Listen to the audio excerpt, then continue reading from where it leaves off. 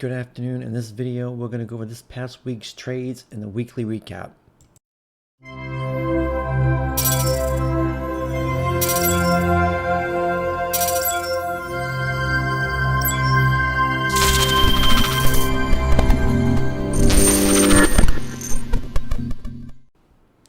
Before I get into the recap, if you're not in the room, you should be. We had a good week.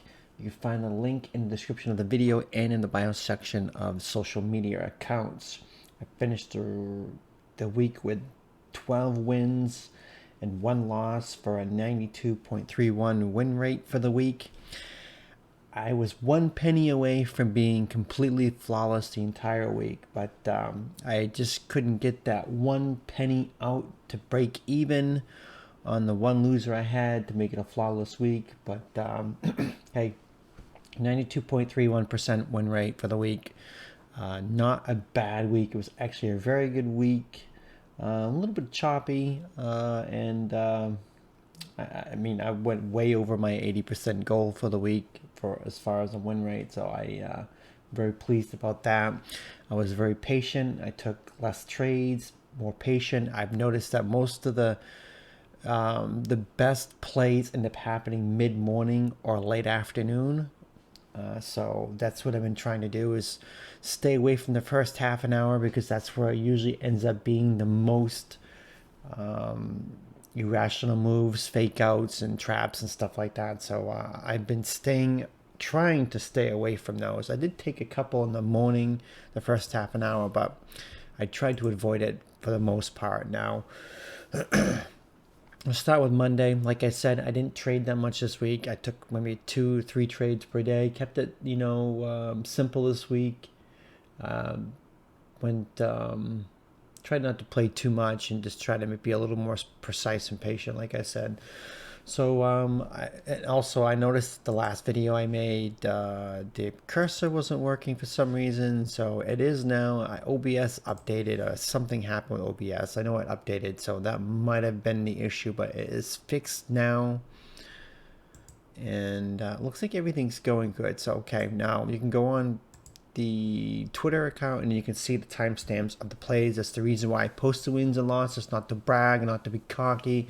It's the fact that you guys can see the timestamps and that I call everything out in real time. In fact, a lot of the plays I call out 10, 15, 20 minutes before it even happens. So that way people don't say, oh, I missed it, I wasn't fast enough. Well, you can't get any more pre-war advance notice than that about a play, knowing ahead of time before it even happened. So there's no really excuse unless you weren't paying attention to the room. So that's on you if you're not paying attention. So anyways, going back to Monday, two plays, 2 spy puts. I grabbed spy. Let's get the 19th right, which is right here. Now spy, this is Friday. It just closed up near high a day, well, kind of above the 417 all-time highs, and it gapped down a little bit on Sunday, popped back up. This area right in here, the 417 area, has been pretty hard for SPY to get through. So when I saw it try to get up, and it just chopped in this area, which was Friday's resistance, the 416.70-ish area. Rejected here, and here, and I grabbed it on this dump right when it broke through the 200 EMA. I grabbed the 416 puts at 60 cents, and then went to $1.43 in that little push. And let's see, that was a 100% move, 60 cents to $1.43. Now I ended up grabbing SPY puts again. I grabbed it at 10.43, which is right here in this candle. Now the first one was this massive candle right here. It came back up, retested VWAP, and right when it decided to reject it a little bit, get underneath this little area right here, is where I grabbed it again. They were 415 puts at 64 cents, and they went to $1.52 in this push. So that was another 100% move. Definitely 200%ers on a Monday definitely helps. Now SPY has been pretty difficult to get a read on, because It's just had two modes lately. It either drops and fully recovers and then some, or just goes straight up. And I hate chasing those straight up moves because you never know if it's just going to turn around and flush on you. So I don't touch them. I stay away from them. So in the room, yeah, you can see in the room on, let's see.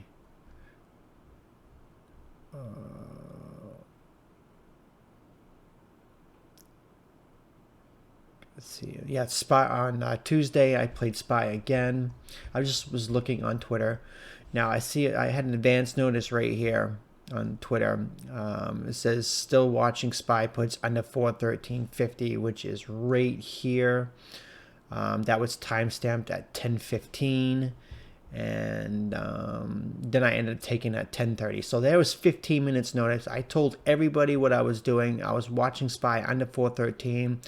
Spy was still in the bear flag. I called it out 15 minutes before I even took it. I mean, no one does that. I try to do that so people know what I'm looking at.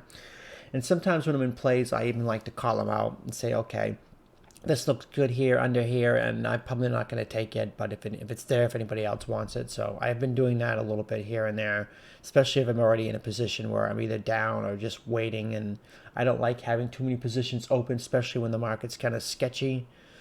So back to the SPY puts at 10:30. I grabbed SPY 411 puts at 75 cents. So I grabbed it in this candle right here, right when it broke below this 413 area, and it flushed. So those 411 puts went from 75 cents to $1.98 right there. So they ended up being 100%. Then I took Baba. Baba was actually the first play of the day on Tuesday. I don't know why I started out with SPY. I think it was because I was looking at the tweet. But I did grab Baba at 10:02. Obviously, SPY was at 10:30, so 420 right here. Now Baba gapped down. It tried to pop a little bit. And I was looking at puts right here. I grabbed them at 10:02, which is this candle right here.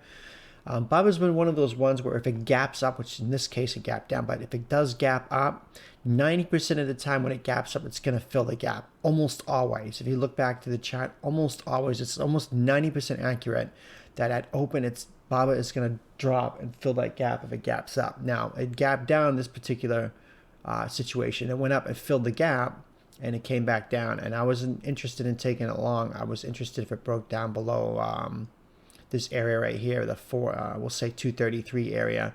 So I grabbed the 225, puts at 66 cents, and then went to $1.69 in another 100% move. So 4 plays in 2 days, all 400% movers. So most people can't even get 100%er in a day, in a week, let alone I got 4 in 2 days and 4 out of 4 plays. So that was a nice little start to the week.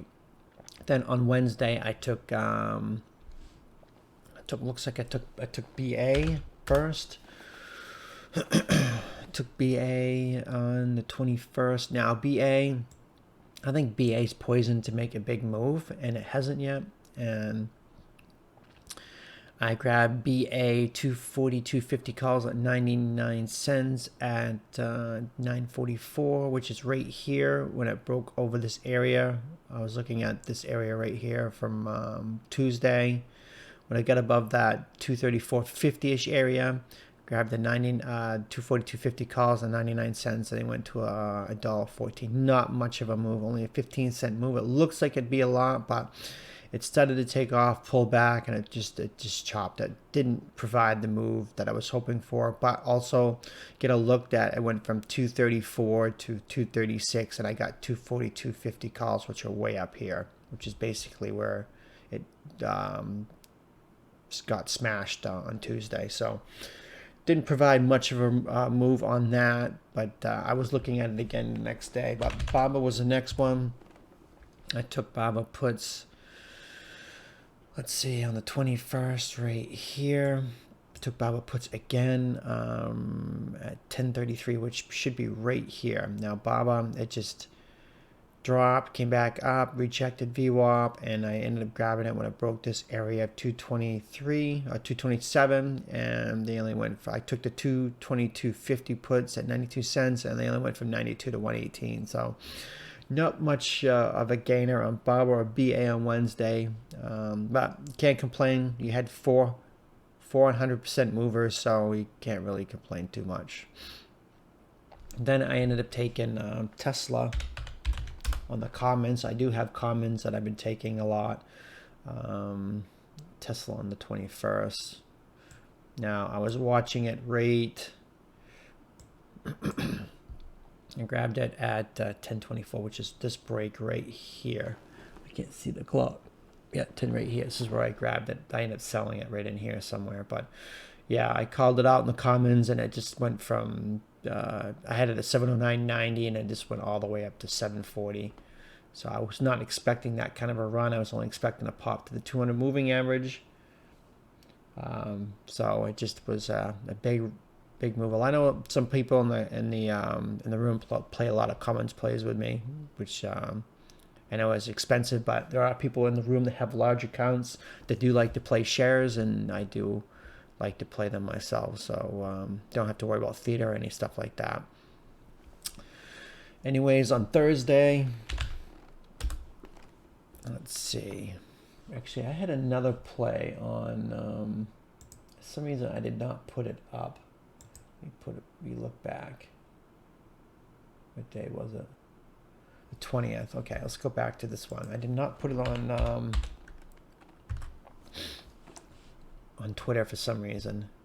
Now, this was a play that I had on 420. I grabbed SPY puts at 409 put to 76 cents at, what time is this?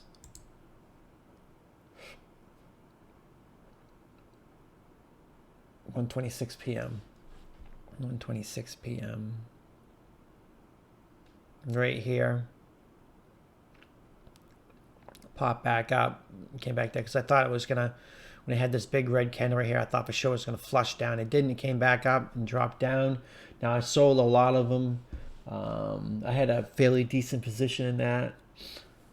I sold a lot of them in the where are you, the 20s? Yeah, I sold them at 85 and 90. I held 2 overnight just for fun, thinking that it was gonna slam overnight, gap down, but it didn't. So even though I held 2 that went to 0, I did make profit on it. I did go green, so it is a win. Not much of a win, but it was a very, very tiny win, but it's a win nevertheless. Okay, now get back to Thursday. I forgot about that. I don't know why I did not post that on there, but I probably forgot. Who knows? Let's see. Okay, I took BA calls on Thursday. Okay, Thursday right here. Like I said, I've been watching BA. I think BA is going to make a monster move. I even said in the room that when the market opens, that if BA does manage to get over this 237 area, I am going to take calls. I'm going to jump in it, and that's what I did. I took the 240 calls. It went from 103 to 198 in this little push. So that was a nice, didn't quite get 100% out of it, but like, I don't know, 7 or 8 cents short of 100%. So that was a strong move on BA right there. I should have played it again, but I didn't. I did take Tesla at 948 on Thursday. Now, I want to point out, every time you see stocks make these insane runs, now you're going to remember Tesla went from 700 to 745. Anytime a stock makes a major run like that, they end up pulling back. Like right here, as you can see, it gets too far away from the regression channel trend line right here, and it likes to act like a magnet. And this is the day where it pulled away from a little bit, and plus this area right here, this 245, 745 area is pretty decent resistance for Tesla. So rejected it on Wednesday, and it tried to break out on Thursday, and it didn't. Broke out, came back down, and just I did grab it at 948, which is right here for some reason. I think when it popped up and filled and quickly came back right down and retested these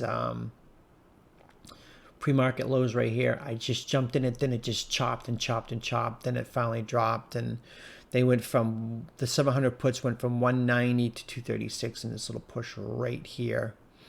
Now, I remember when it was chopping through here that the 700 puts, even though I'm in the, it's trading in the 742 range, 700 puts are way down here. They were holding value very well, which was, I was very, very surprised. And so yeah, they went from 190 to 236. I mean, not much of a gain, 40%, 40 cents, 46 cents. So, and you can get an easy 50 cents out of Tesla. I mean, if you play it just right, the swings on Tesla, you can get 50 cents out of it, no problem, all day long. So I might even end up trading Tesla more often because it's just too easy.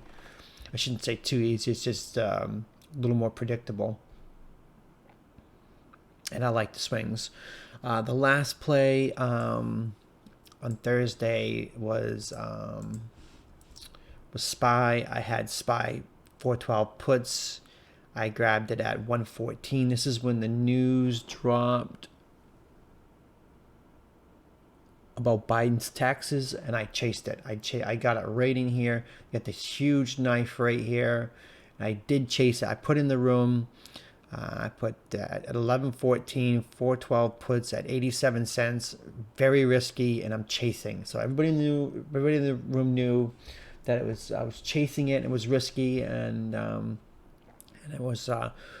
I mean, for me, it seemed like a no-brainer. I mean, the Biden's tax thing practically doubling for millionaires, anything over $1 million a year, and basically most of Wall Street are millionaires, and that's going to affect them the most, and market panic. And I figured, okay, this thing could end up, really dump into 410, 409, even 408 area, but I was very comfortable chasing this drop.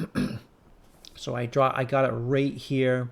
This little drop right here went from 87 cents to $1.59. Then it popped back up. I should have grabbed it again right here. I didn't. I just like, okay, I'm all done.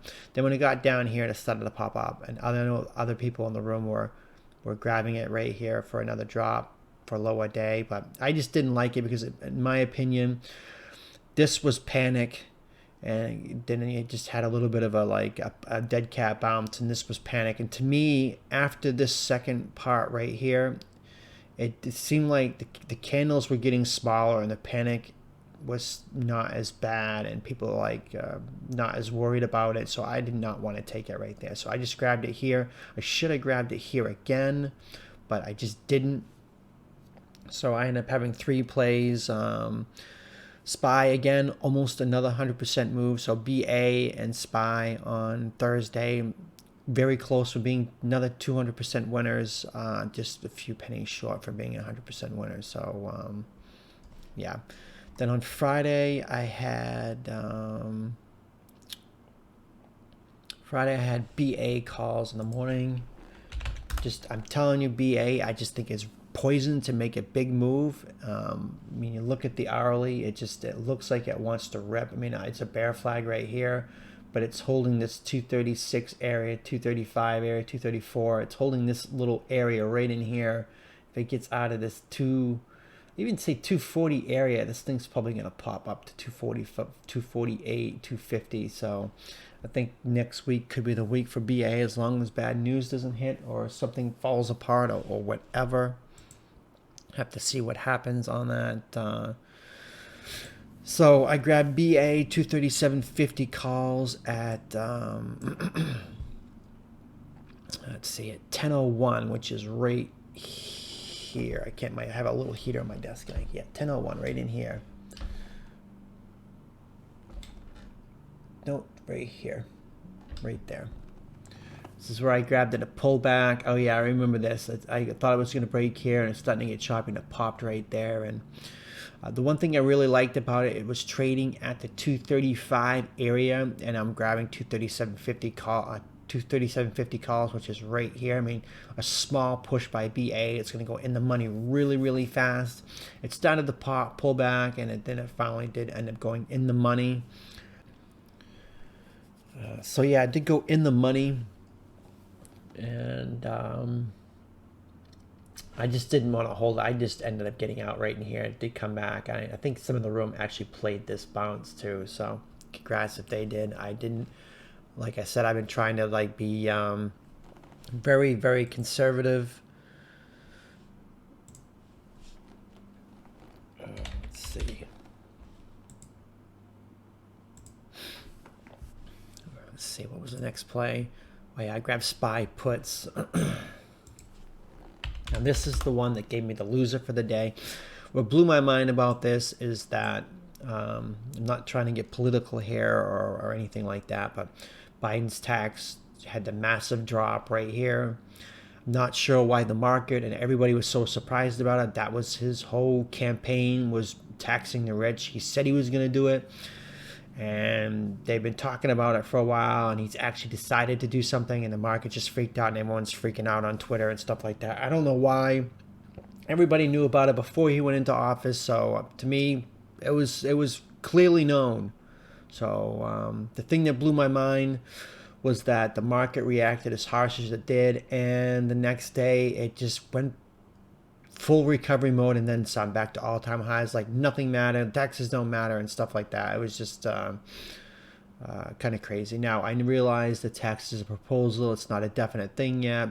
Proposals and passing is two different things, but the threat of it going through is should have sent SPY to 410 to even 400, but it just doesn't care. The market's immune to everything. I don't know what it's going to take to bring this market down or to make it come back to reality, but it is what it is. I'm just not going to